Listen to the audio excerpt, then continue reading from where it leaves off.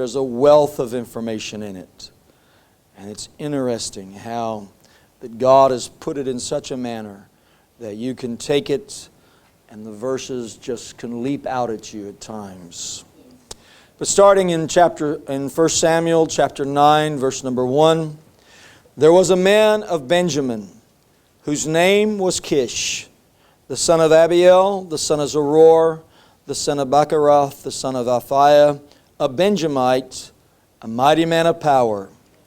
And he had a choice and handsome son whose name was Saul. There was not a more handsome person than he among the children of Israel. From his shoulders upward, he was taller than any of the people. Esther, chapter 2, starting at verse number 5.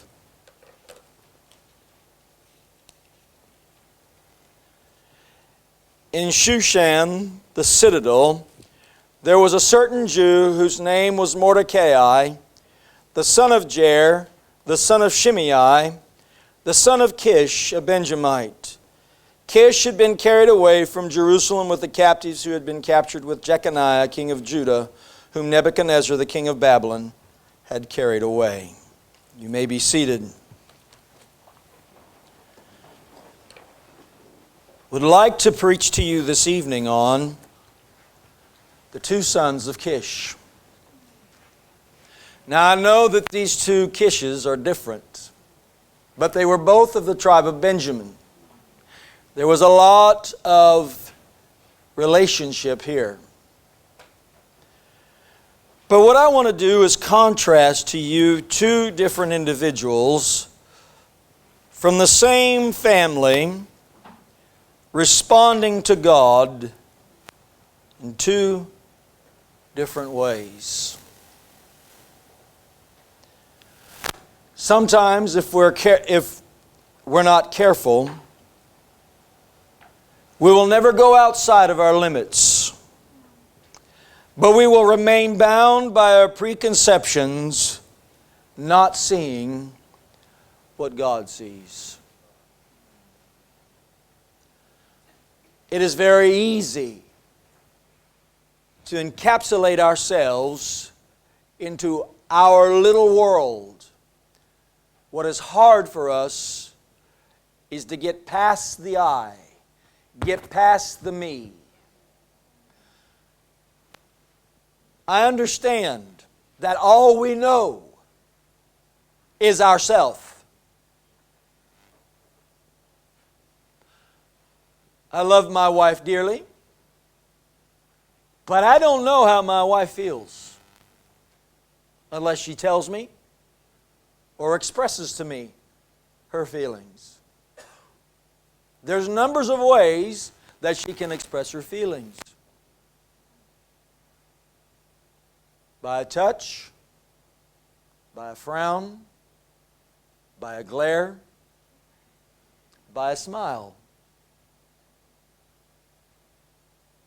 But I cannot tell or I cannot feel what she's feeling. I cannot know what she is thinking because I am trapped in my own world. And she is trapped in her own world. And at times it seems like our worlds collide and they impinge upon each other. And the only way that I discover what is going through her mind is when she tells me, when we talk. And so we are limited in the sense of who we are and what we process. But God does not want us to stay in that place. God wishes us to get out of who we are and see the world that is around us. And so I want to talk about two individuals faced with, in some ways, differing scenarios, but requested or required to do the same thing and having two different outcomes. Saul was an interesting person. He was a choice young man. Now, I don't want any of you older folks to think that this is a young person, I don't have to worry about it. No, your life is not over. It hasn't stopped because you reached a certain age. If that's the case, you just might as well hang it up and say you don't want to go into eternity because that's just getting older. So Saul was a choice young man. He was someone you would choose. For those of you that are not familiar with the scenario that was taking place at this time, Israel had demanded a king. And so God was giving them a king. And He was giving them someone who they would say looked like a king. He was a handsome person. Very, very handsome. There were none more handsome than him. I realize that Samuel's writing this, but Samuel's the one that's observing what's going on. He's the one that is an integral part of what's taking place. He said it was a choice person. We are all chosen by God. God did not create or did not choose rubbish. God did not pick Saul with the thought in mind that Saul would fail.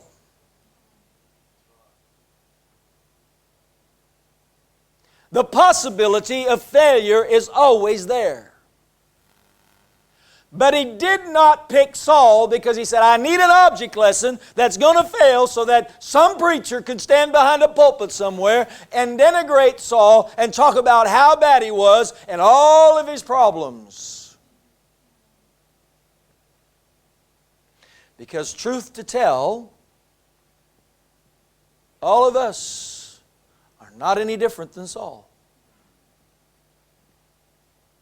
Now I realize some of you are not the most handsome individual. And if you consider yourself beautiful or handsome and you're a young person, give it some years. It disappears.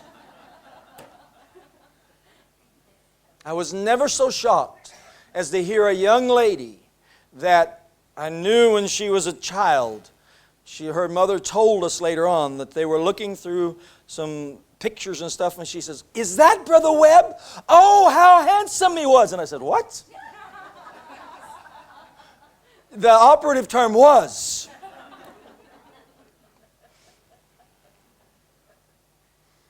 It has flown away. But Saul had everything ahead of him. This was a big man.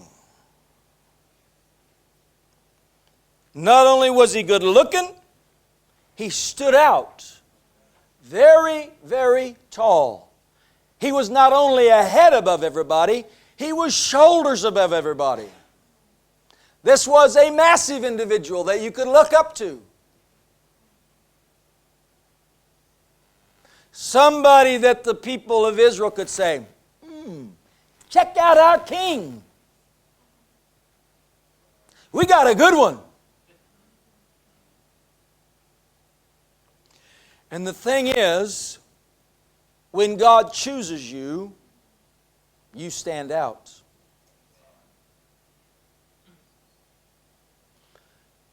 Let me give you a little secret about God. He loves to make you a spectacle. You may want to hide in the shadows, but God says, that's not why I picked you. Look at the nation of Israel. Where does it sit geographically? It sits at the confluence of 3 continents. So if you're in Rome and you want to march to Africa, guess where you go through? You walk through Israel. And if you're in Babylon and you want to go into Egypt, guess where you go? Through Israel. And if you're Egypt and you want to go up into Assyria, guess where you go? Through Israel. And all these superpowers at this time, and they want to wage war, and guess where they go? Right through the middle of Israel. You better hope God is on your side. Because there's no way that little bit of Israel was going to protect themselves against these massive armies unless God was with them. And the same way that God made Israel a spectacle and put it in the middle of 3 continents is the way that God takes you and drops you right in the middle of something when you want to hide. He said, I need a light. I need someone to stand out. There's a purpose and a plan, and you're like, oh God, please don't do this to me. And we want to run screaming for the hills. And God says, guess what? You're stuck. He has a tremendous sense of humor. And we don't always find it humorous.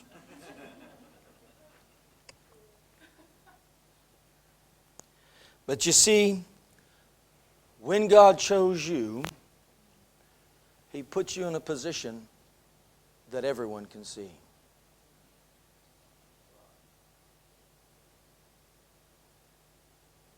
It's interesting how God works. So having chosen Saul, we find that God begins to deal with him, making it a public affair, wanting to set Saul up as king. They wanted to do it the right way, and so the children of Israel had this method of casting lots. Some of us would say it was gambling, and yeah, if you're over there playing bones, knuckles, whatever it is, shooting the dice, and you're trying to win a bunch of money, that's gambling. But if you're there tossing the thing that God designed, that the priest had, it's not gambling. God's doing some choosing. And so they're casting these lots, and they're going through, and they're eliminating the tribes, and they get to Benjamin, and then they start eliminating families, till finally they get down to the point, and they choose Saul, the son of Kish. And somebody said, Saul's going to be king. Where's Saul? I don't know. Anybody seen Saul? Nope. He's gone. I can't find him. Samuel already told him he was going to be king. They said, where's Saul? So they inquired of the Lord. You can't hide from God. They said, where's Saul? He said, he's hidden the equipment. He's over in the stuff. You may try to get lost in the stuff, but God doesn't let you stay lost in the stuff. When it's time for you to shine, God says, he's right here, or she's over here. He puts up the street sign, He puts up the detour sign, whatever, and they have to come right by you. Isn't He so good? So he thought within himself he was inadequate for the job. Within ourselves we are inadequate. If the job is not bigger than you, then it's not God's will. Because if you could do it on your own, why do you need God? God won't set you a task that you can just sail through on your own energy and efforts with no problems.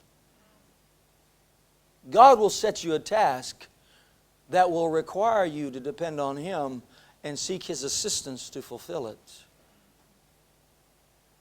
So it was a good thing that Saul was feeling inadequate. God can work with that. But some will hide behind a facade of false humility and they say, I can't do this. All that really is camouflaged pride. And God cannot work with that. Matter of fact, God makes this little statement about pride. It scares me to death on it. God told Job, He said, have you seen the proud?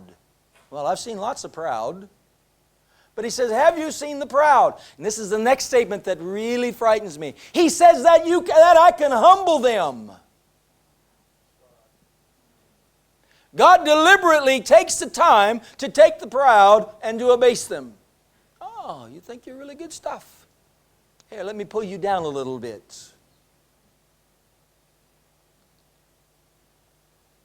And so then we begin to read in Samuel chapter 14, verses 47 through 48. So Saul established his sovereignty over Israel and fought against all his enemies on every side, against Moab, against the people of Ammon, against Edom, against the kings of Egypt, or Zobah, and against the Philistines. Wherever he turned, he harassed them, and he gathered an army and attacked the Amalekites and delivered Israel from the hands of those who plundered them.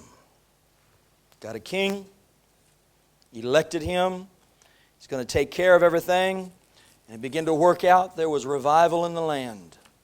They were having victories, smiting God's enemies.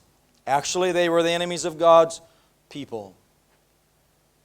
Right and left, taking them out, delivering Israel from the plundering armies.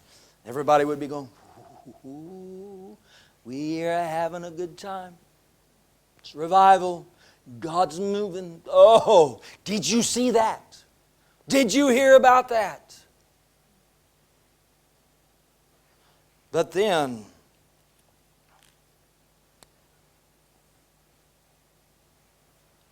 God set a test for Saul.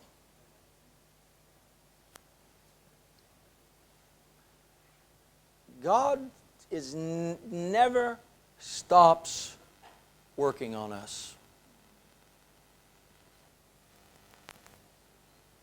Never stops.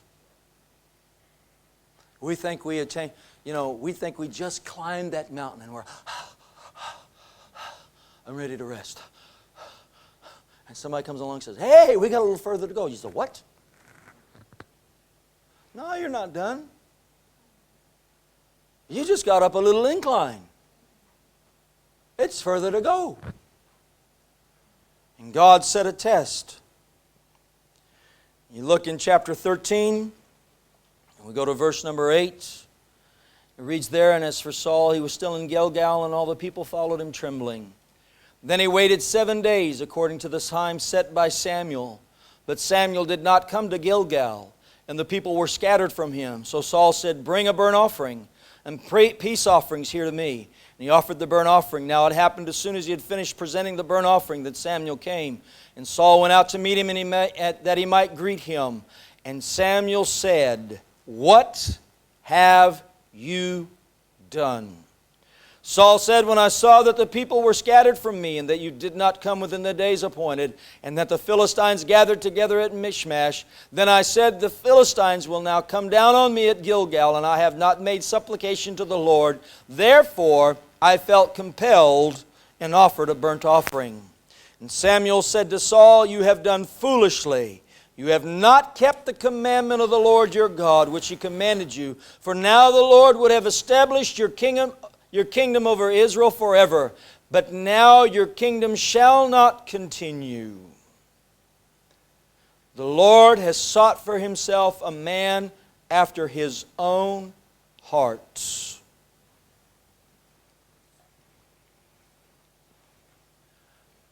You see, God knows the situations He puts us in. This was a test of trust. Who are you going to trust, Saul? Your reasoning or God's? I've heard people say to me, do not pray for patience. Because guess what? God will send you a situation where you need to learn patience. We're very impatient at times. But the Scripture says, in your patience, possess ye your soul. So you need patience. But in our world, patience is not a virtue. It's hurry up, get it done. That's why you have fast food. We're on the way to our destination. I got to grab something to eat. And then we get impatient when they're a little bit slow. We want it to move fast. When the traffic's almost stopped, it's like we are on a freeway, folks. Why are we stopped? This is supposed to move.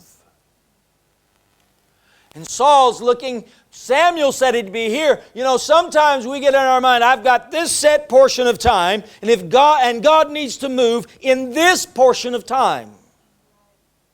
And God's like, oh, I really do, huh? We'll see. And you just sit there and wait. And we're like, man alive. That's 15 minutes ago. What's going on here? And so God just waited. I don't know what delayed Samuel. I don't know why he was late. But he didn't get there on time. And all the reports are pouring into Saul. The Philistines are getting together and they're going to descend upon you. And he's getting a little worried. And instead of trusting God, he said, you know what? Let's get this sacrifice out of the way with. We're going to entreat God. Then we're going to get ready and go to battle. And as soon as he did the sacrifice, guess who shows up? Samuel. And Samuel's furious. He failed the test. I understand there is restoration that can be given to individuals. But there are some things that can never be recaptured. Virginity can never be recaptured. Once it's gone, it's gone.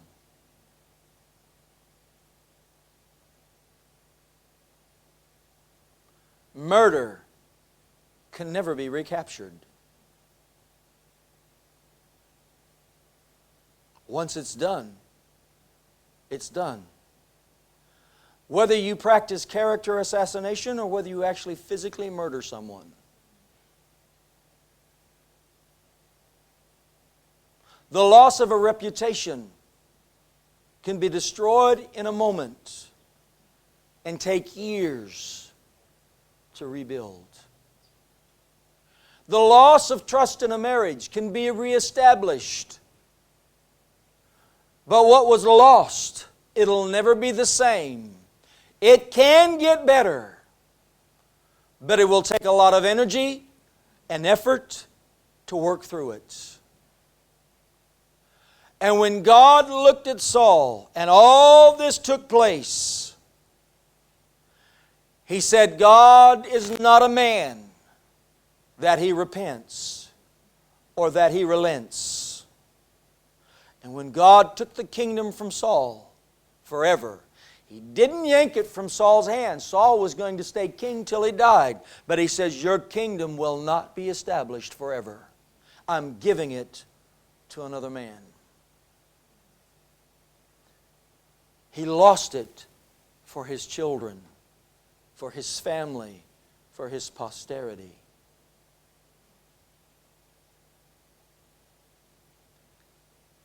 God does not play games. God is merciful. He's kind. He's compassionate. He's forgiving. And God will work things to our good when we seek His forgiveness. You cannot undo an action that you have committed. You cannot recapture a word that you have spoken.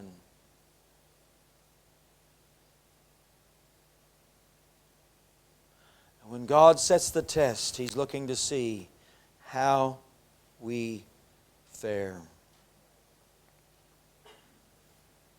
There are commandments that God gives us, and in those commandments, God simply demands obedience.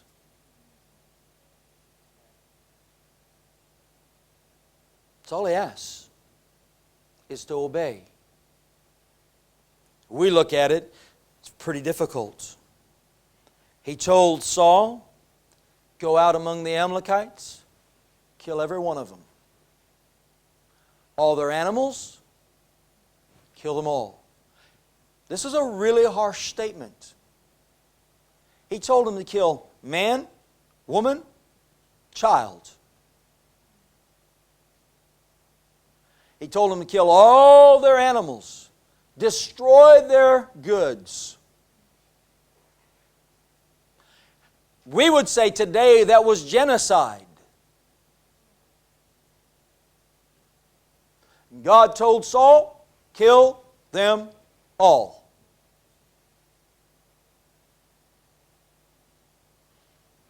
You'd have to understand the reason why. Amalekites were descendants of Esau. They had ambushed the children of Israel on the way to the Promised Land. They had attacked the old, the weak, the infirm, and the children. But there's another thing we need to realize, that Amalek, translated in the Hebrew, means lust of the flesh.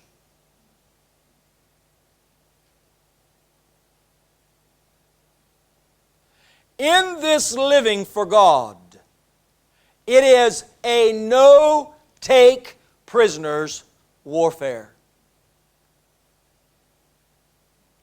You either overcome or you succumb.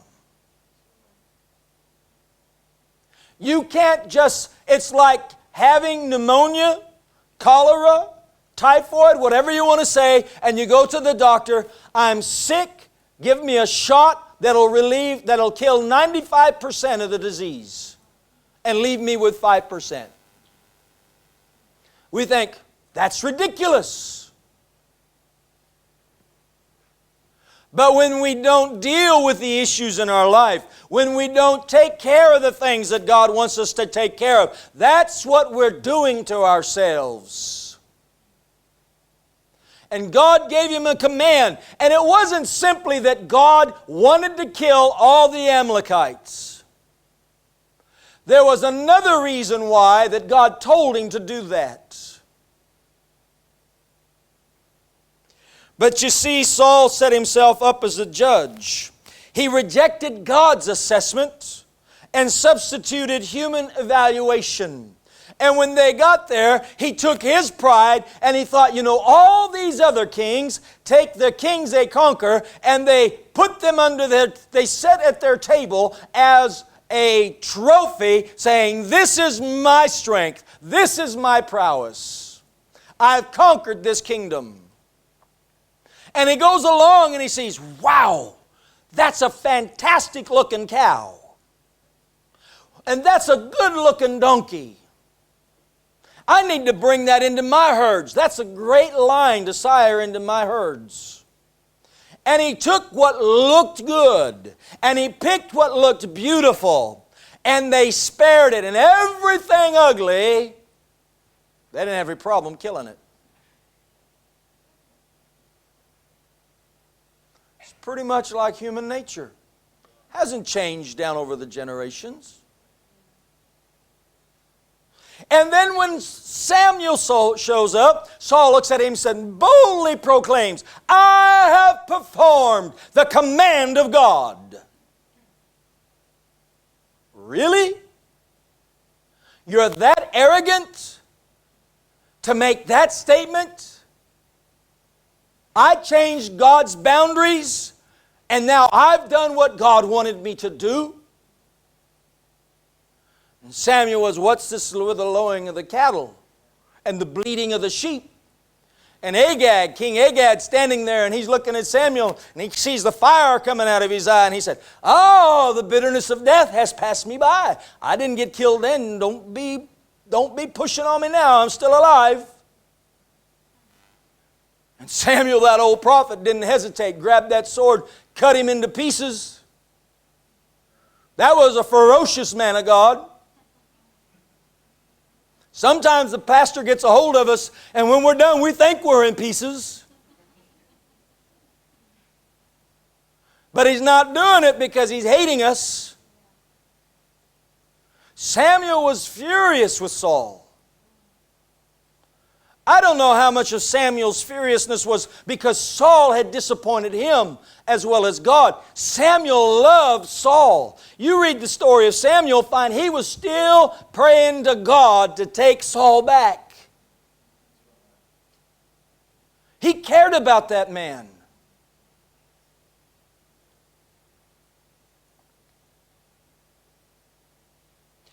And he looks at Saul and he says, when you were little in your own eyes, you relied on God, and He made you king. Why? And I'll give you a statement that we do in the U.S. Why did you get too big for your britches?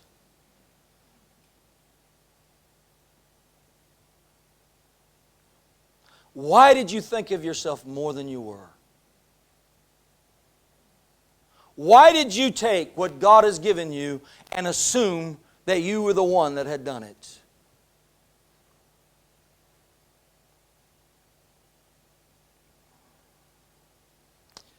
When Samuel turned to walk away, Saul reached over and grabbed the mantle, and it tore. And Samuel said, the kingdom has been torn from you and given to another. Saul's response is so typical of people. Instead of saying, I'm sorry, I failed, I repent, please forgive me. He said, don't walk away. I'm losing face. I'm being shamed. Stay with me. Keep up appearances.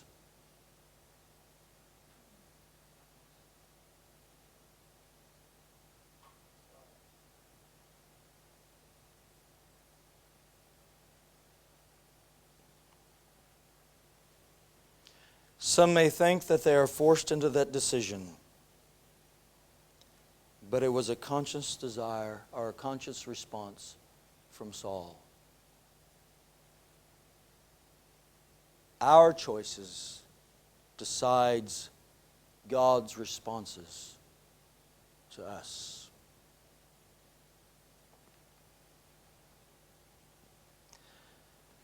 Not only did he lose the kingdom,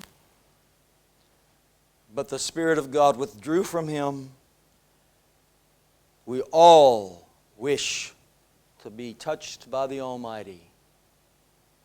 We all desire the guidance of God. And Samuel reached out to the witch of Endor because he could not. Or Saul reached out to the witch of Endor because he could not touch God.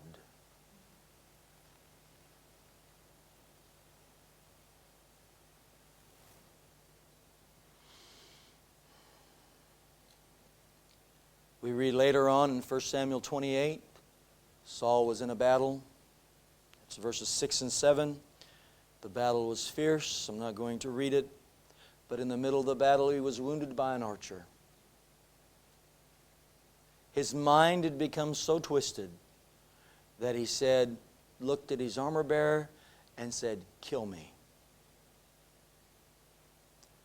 Lest these uncircumcised Philistines come and abuse me and kill me. I'm sorry. The logic escapes me. If you're dead, you're dead.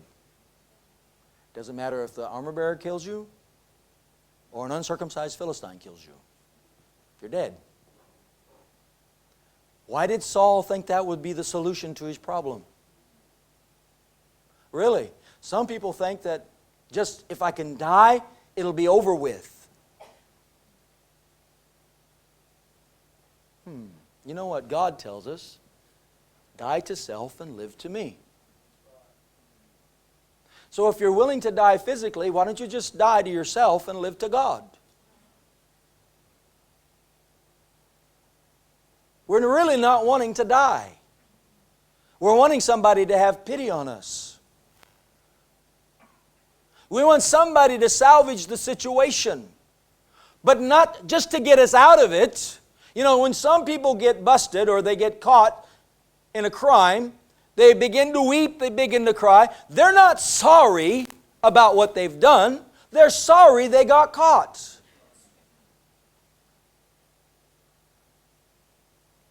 There's no remorse for their actions.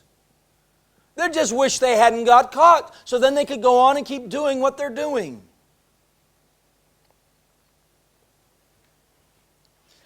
And so Saul, when he couldn't get the response he wanted from the armor bearer, fell on his sword and attempted suicide.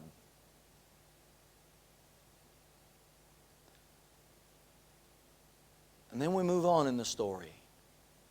But the question I would ask you was, who killed Saul?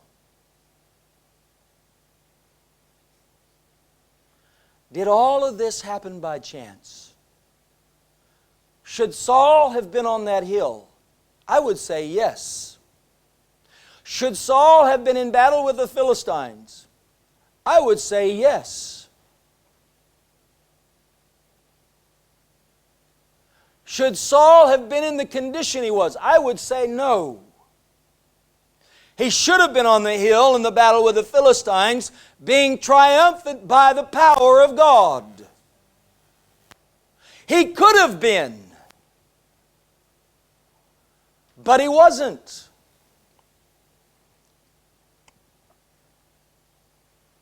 You see, the lust of the flesh is never by accident, but by choice. And David's lament when he heard that Saul and Jonathan, his best friend, was dead, he said, "How are the mighty fallen?" David wasn't happy that Saul was dead. With Saul dead, David could now be king. But David wasn't happy with the death of Saul. He didn't want the kingship in that manner. He didn't want to see his friend Jonathan gone.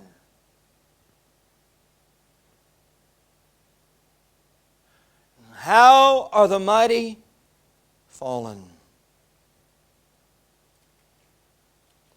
But if you go to 2 Samuel, chapter 1, verse number 6. Then the young man who told him said, "As I happened by chance to be on Mount Gilboa, there was Saul leaning on his spear, and indeed the chariots and horsemen followed hard after him. Now when he looked behind him, he saw me and called to me, and I answered, Here am I. And he said to me, Who are you?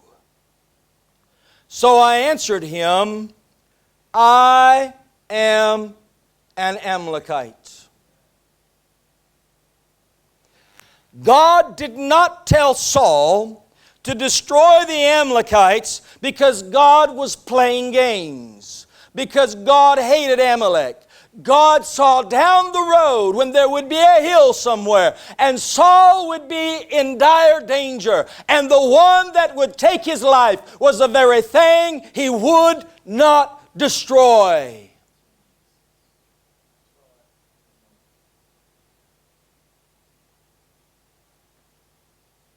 God was not telling him to do this because He wanted to make his life hard. God was doing this as a protective measure. God sees further ahead than any of us do. God sees what's in our road. And His requests are not to deliberately make living for Him difficult, but they are there to save us from future harm and to keep us in His presence.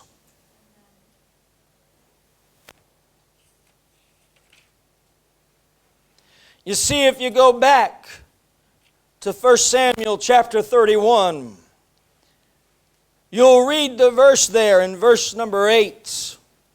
So it happened the next day, when the Philistines came to strip the slain, that they found Saul and his 3 sons fallen on Mount Gilboa. And they cut off his head and stripped off his armor and sent word throughout the land of the Philistines to proclaim it in the temple of their idols and among the people. Then they put his armor in the temple of Ashtoreths, and they fastened his body to the wall of Bethshan. The enemy rejoiced that Saul was dead. But the enemy had not killed Saul. The Philistines had not killed Saul. They hung his body up and said, "We've won a great victory," but they hadn't won a victory. Saul had lost because he refused to be obedient to God. It was Saul's defeat, not the enemy's victory. When we walk with God and we talk with God and we're obedient to God, the enemy cannot stop you. The enemy cannot defeat you. But it's when we give in to ourselves, it's when we do the things that we do, that we destroy ourselves. I could destroy the pulpit.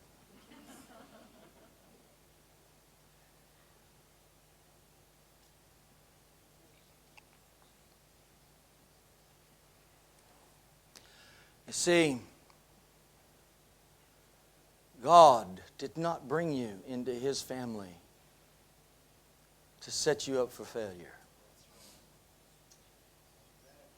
God did not save you to lose you. God did not make plans for you and not see them fulfilled.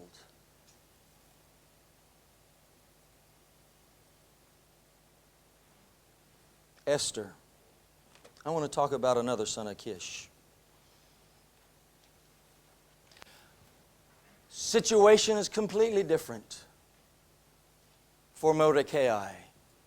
Saul had been a free man, a choice young man, a handsome individual, somebody that looked like king material and was made king.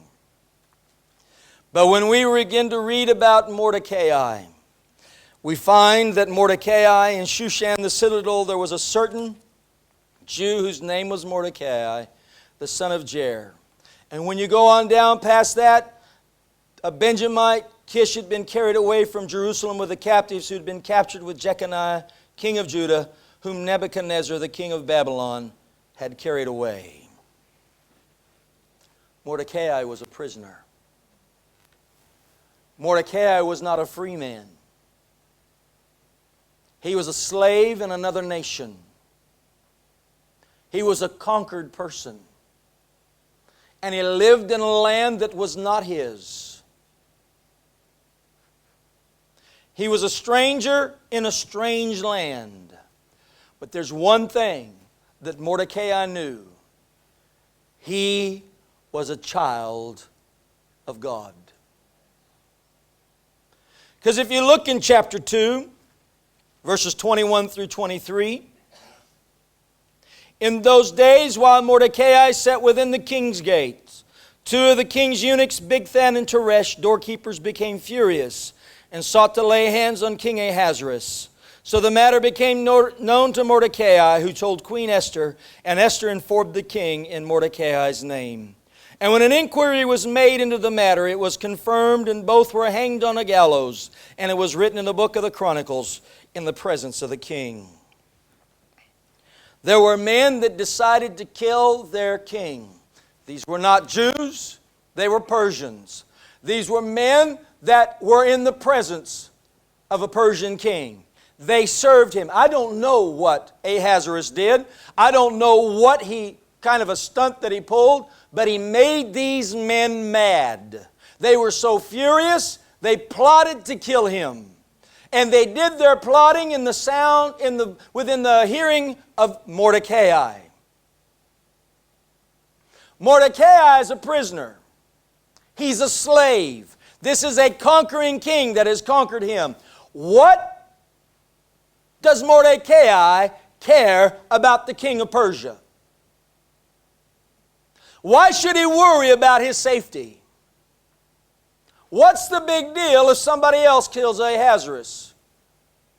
I don't live in the palace. If we change our leadership, it doesn't change what happens to me down here.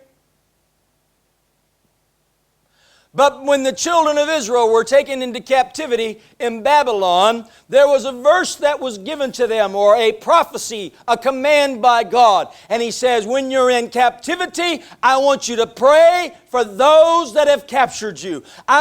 You're going into captivity. You're not avoiding it. It's going to happen. You're going into captivity for 70 years, and it's going to take place. You're not going to avoid it. You're not going to get around it. You're going into captivity. But while you're there, He says, I want you to get married. I want you to have children. I want you to plant fields. I want you to build houses. I want you to realize 70 years you're going to be in that country. And I want you to be concerned about your government, because they're the ones that'll do righteous by you. You ever wonder why Paul made the statement, pray for those that have authority over you? It goes right back to when the Jews were told to pray for those who, even though they were their captors, to pray for them that were in government. And Mordecai said, well, God wants me to be concerned about my government while I'm here. And so he reports the matter. These two individuals are going to attempt to murder the king.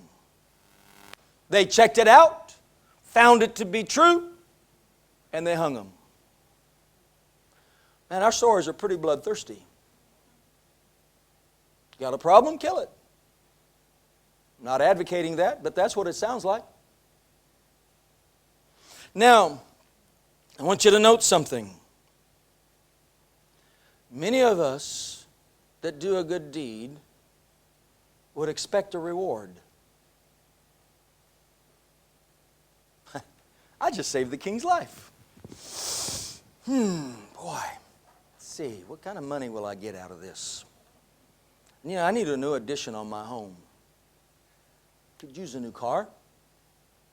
It'd be really nice. I wonder if he'll let me have access to his wardrobe. I know there's some really nice things in there. And what did the king do? Nothing. Nothing happened. It's like, thank you, Mordecai. He didn't even get a thanks. It's like, oh, he did his duty. He was a good citizen. That's good. Practice good citizenship. Just cut her off. Go away. We'd get so mad about that. We're like, we'll never do that again. May that old buzzard die. See if I ever help them again. Mordecai didn't do that. You see, Mordecai had no idea what was going on. I don't comprehend sometimes how people get themselves wrapped up in all these soap operas. All they ever do is make wrong decisions.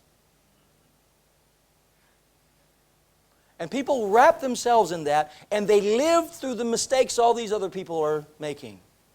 It's hard enough just to live life without doing that. And so here we are. We don't always know what's going on. And here comes a man by the name of Haman. He's an Agagite. Does that ring a bell with any of you? Does that name mean anything? Who's an Agagite? What's an Agagite? Well, he's a descendant of a man called Agag. Do you remember who Agag was? He was the king of the Amalekites. He was the man that Samuel cut into pieces.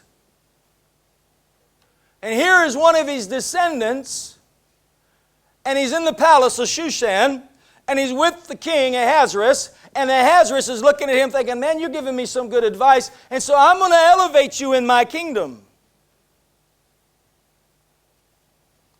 You see, it's not just for yourself that God gives us commands at times. It affects our descendants. It affects our friends. It affects our families.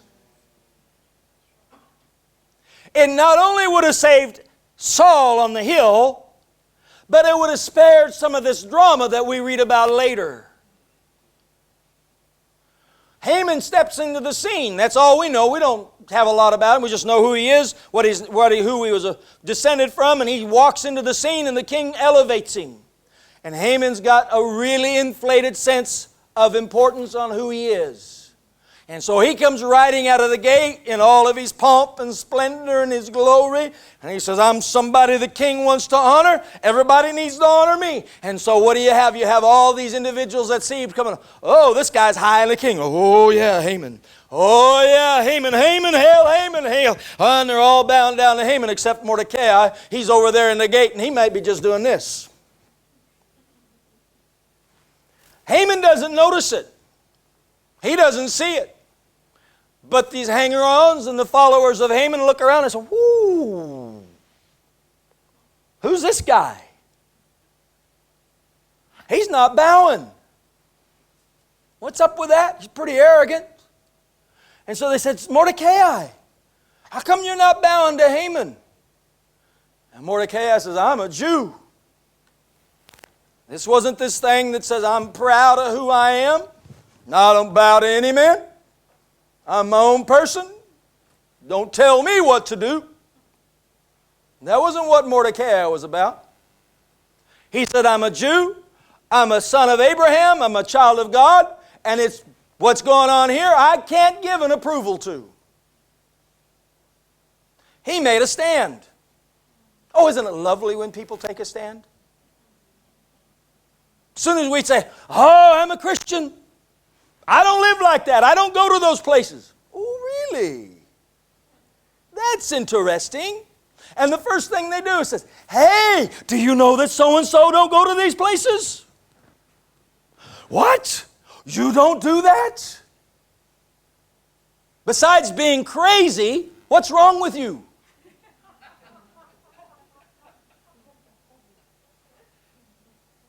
And so they tell Haman, this guy's not bowing. And Haman rides by and he's watching this time. He says, ooh, what's up with this? He said, well, he says he's not bowing because he's a Jew. Really? Who are these Jews? Finds out a little bit about the Jews and he says, you know what? I'm not just going to deal with Mordecai.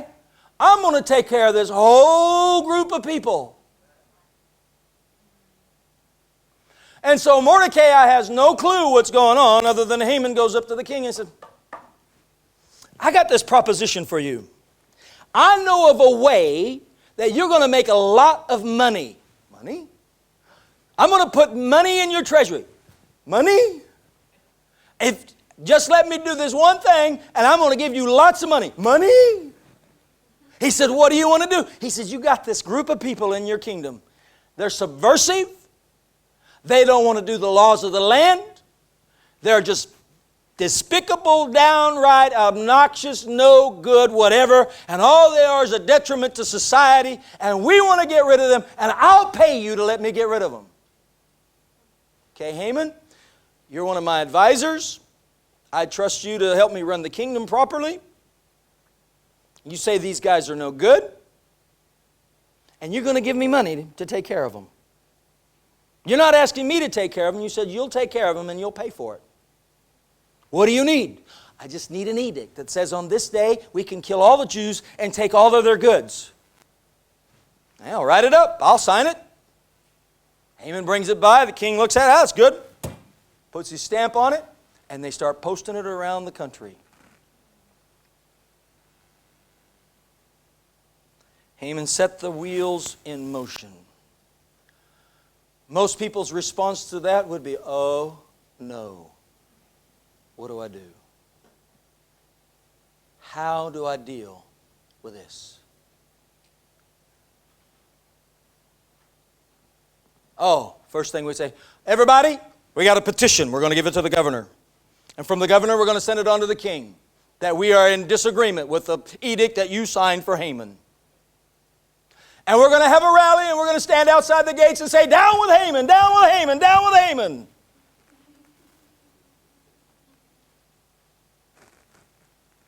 We're going to make known our plight. We'll get the news crew out. We'll talk about this. We'll make sure that we get on a talk show, and we're going to talk it to death.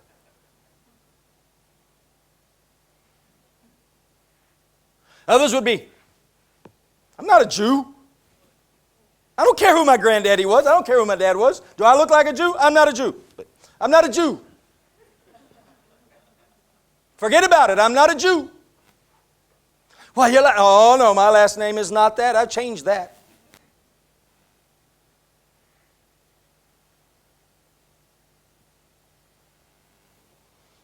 Mordecai didn't do that. As soon as Mordecai heard about it, he ripped his clothes, put on sackcloth, and covered himself with ash. And he headed for the king's gate. He sat outside the king's gate and began to wail and began to pray and begin to moan, whatever they do when they're in sackcloth and ashes. People understood what that was about, but you couldn't come through the king's gate dressed like that.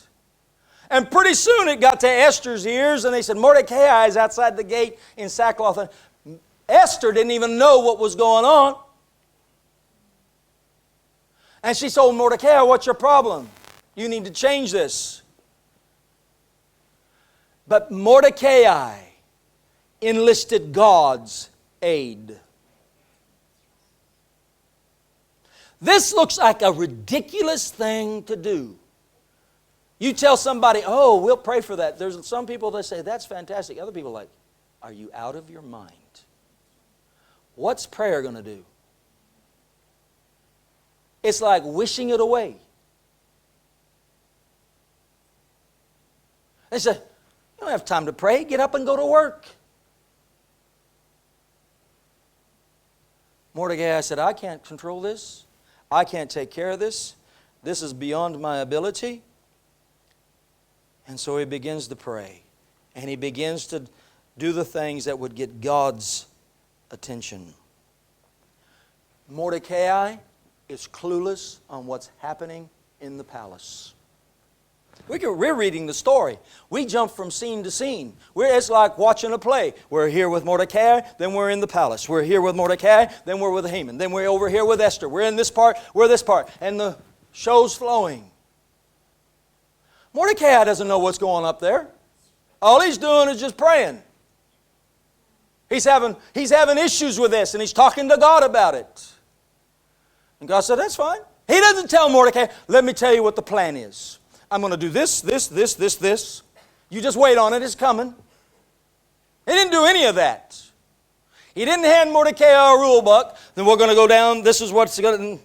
And by the time we get to this bottom part, this is all going to be taken care of. Nothing was said to Mordecai.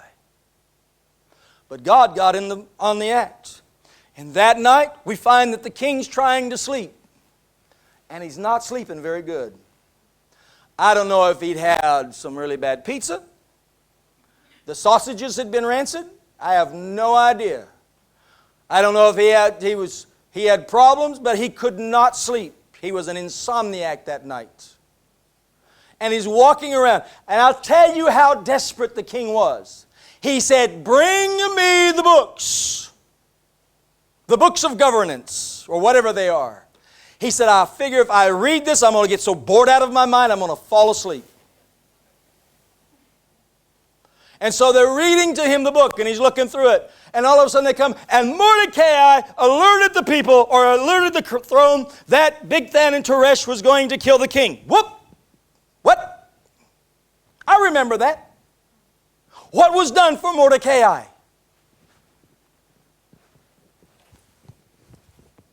Nothing.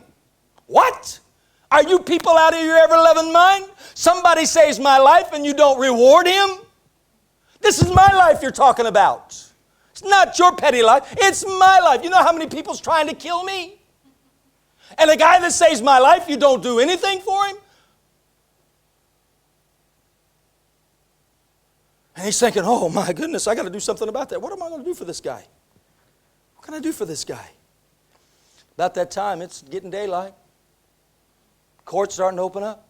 And somebody says, Haman's in the court.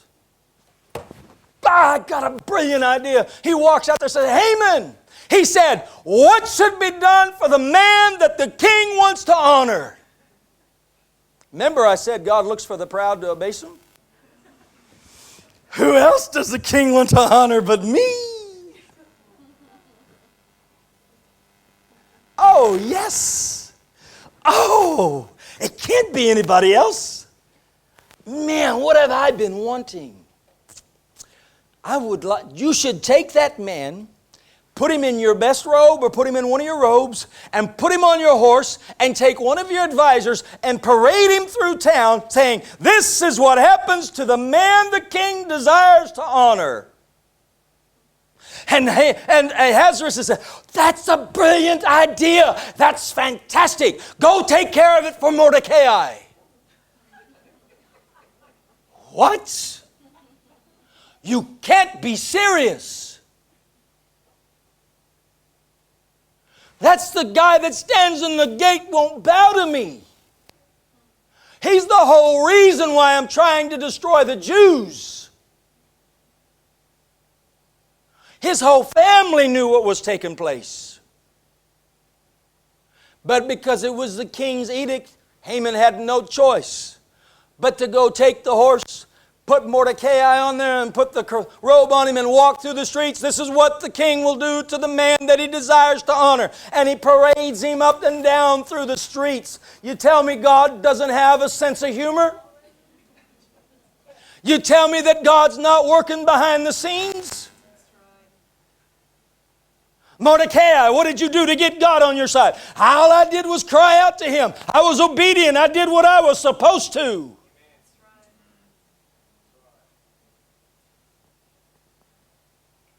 When he gets done with that, Haman hurries home. He covers his head. He's just embarrassed. And he gets home and, boy, add insult to injury. His wife says, you know what? You're toast. It's over for you. If you're falling before Haman like this, your plans are going to go out the window. It's not going to be pretty. And Haman's getting desperate. And Esther's having a banquet. And she invites the king and Haman. And she didn't get out what she wanted the first time, and she does it the second time, and Haman's excited. I'm going to go eat with the queen. And all of a sudden the queen's sitting there, and she looks at the king and said, you know what? If you was going to take just a few people, if you was only going to get a few of my people, or you was going to do some things, I wouldn't have said much. But because you're trying to take all my people, everybody. Ahasuerus said, who's everybody? Who's your people? And she said, I'm a Jew. And Ahasuerus was furious because he realized what he had signed. He had signed his own queen's death warrant. And he marches out of there. He's just furious. And Haman is terrified. He had no clue that Esther was a Jew. He had no clue that his edict was moving into the king's courts. But God knows exactly what He's doing. And He's orchestrating things. Why? Because the lust of the flesh is not going to survive. But God will overcome. He will be paramount. He is God. And He will have the glory. And He will have the honor. And He will be victorious. And the king walks back in because Haman's fallen. And first thing he says, he's going to force the queen in my sight. And they just covered Haman's face. And they hauled him off. And he's so mad he's not thinking straight. And somebody looks at him and says, you know what? Haman built some gallows out there that he's going to hang some guy by the name of Mordecai on. And Ahasuerus says, that sounds good to me. Hang him on it. I want you to understand something. The lust of the flesh will destroy itself. We don't want to be a participant when it does. God did not command Saul to destroy the Amalekites because he just had a whim to wipe out a people. He knew what they were going to do in history. But one of the most exciting things that I read here when we find out that God stepped in and that God turned the table is if you go to chapter 8 and you look at verse number 17.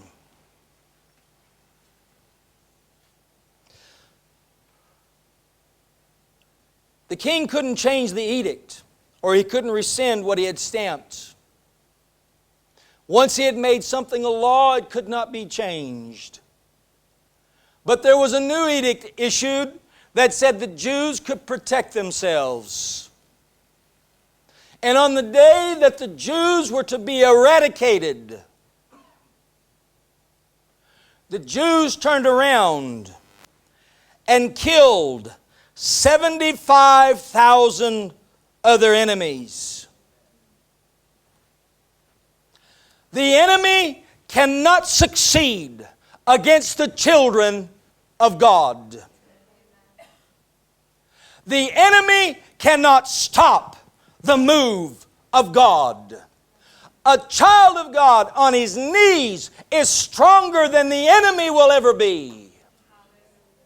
And Peter writes about that the devil as a roaring lion walks about seeking whom he may devour. And Jesus was a lamb that went to the cross. And the lamb, God at his weakest, knocked the teeth out of the devil at his strongest. And so there's a great victory. They're triumphing over their enemies. And that sounds tremendous, but it's like Jesus said when He told the children, or told the disciples when they came back and they said, well, even the devils are subject unto us. And He rejoiced and He said, I see Satan like lightning falling from the heavens. But He said, don't rejoice that you have power over the enemy, but rather rejoice that your name is written in the Lamb's book of life. That's the thing we get excited about. I'm saved. I've been redeemed. I've been saved. Oh, He's taken care of me and He won't let me fail. And you read that verse. This was on the 13th day of the month of Adar, and on the 14th.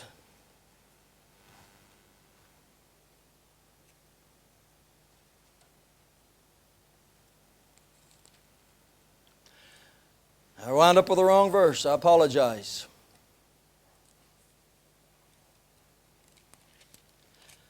I'll have to go back and find it. I wrote the wrong one down. But you can read in there that numerous individuals, I'm in chapter 9:17. I need to be in 8:17. And in every province and city, wherever the king's commanded decree came, the Jews had joy and gladness, a feast and a holiday. Then many of the people of the land became Jews because fear of the Jews fell upon them. Obedience to God brought great victory and souls into the kingdom. Obedience to God wrought a great victory and brought souls into the kingdom. Let's stand. We have talked about two different individuals, two different social status, two different positions, two different responses to God. And the question that you need to ask yourself is, how will you respond? Will you respond like Saul and destroy yourself? Or will you be obedient like Mordecai and see great things from God?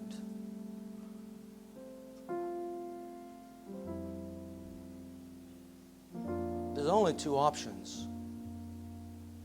Moses told the children of Israel, I set before you life and death, blessing and cursing.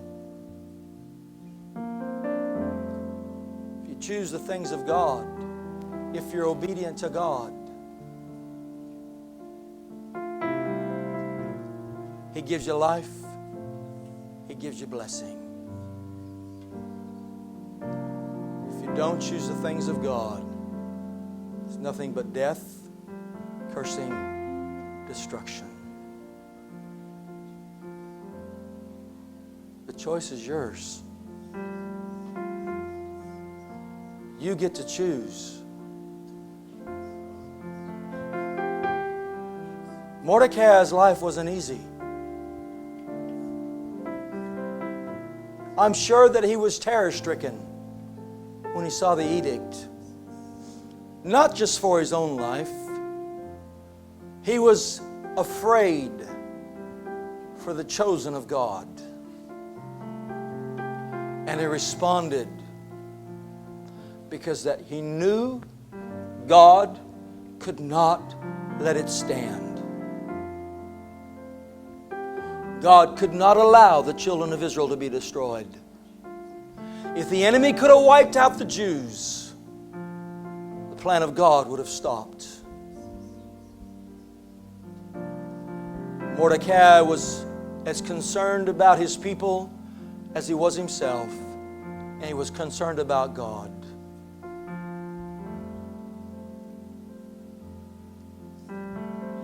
What choice do you make? Where do you choose to stand?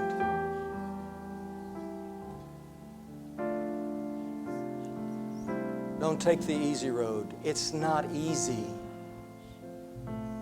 It may look easy, but it's not easy. The road of God may look rough. It may look hard. But at least on that road, there is someone that is with you. There is someone that cares about you, that watches over you, that has redeemed you and will not let you fail. All of us love a winner.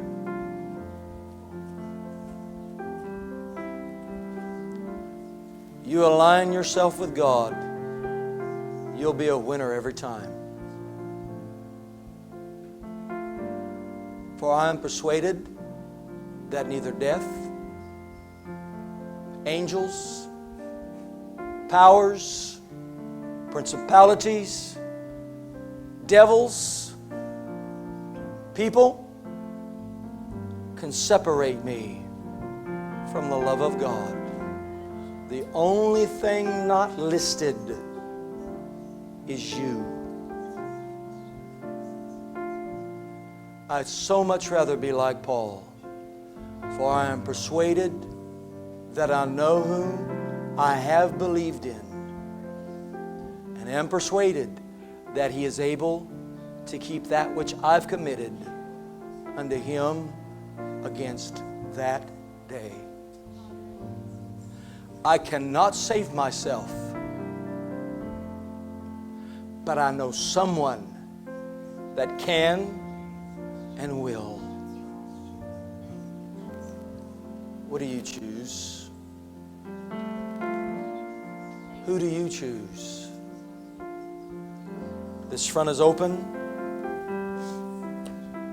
Noah went a length of time. But there were two sons of Kish. One became a man of infamy. The other one became a man of renown. Became an advisor that could lead the kingdom into prosperity. God desires for us to be prosperous in His kingdom.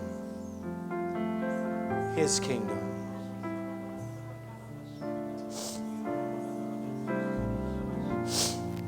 Thank you, Jesus. Thank you, Jesus. Let's begin to pray.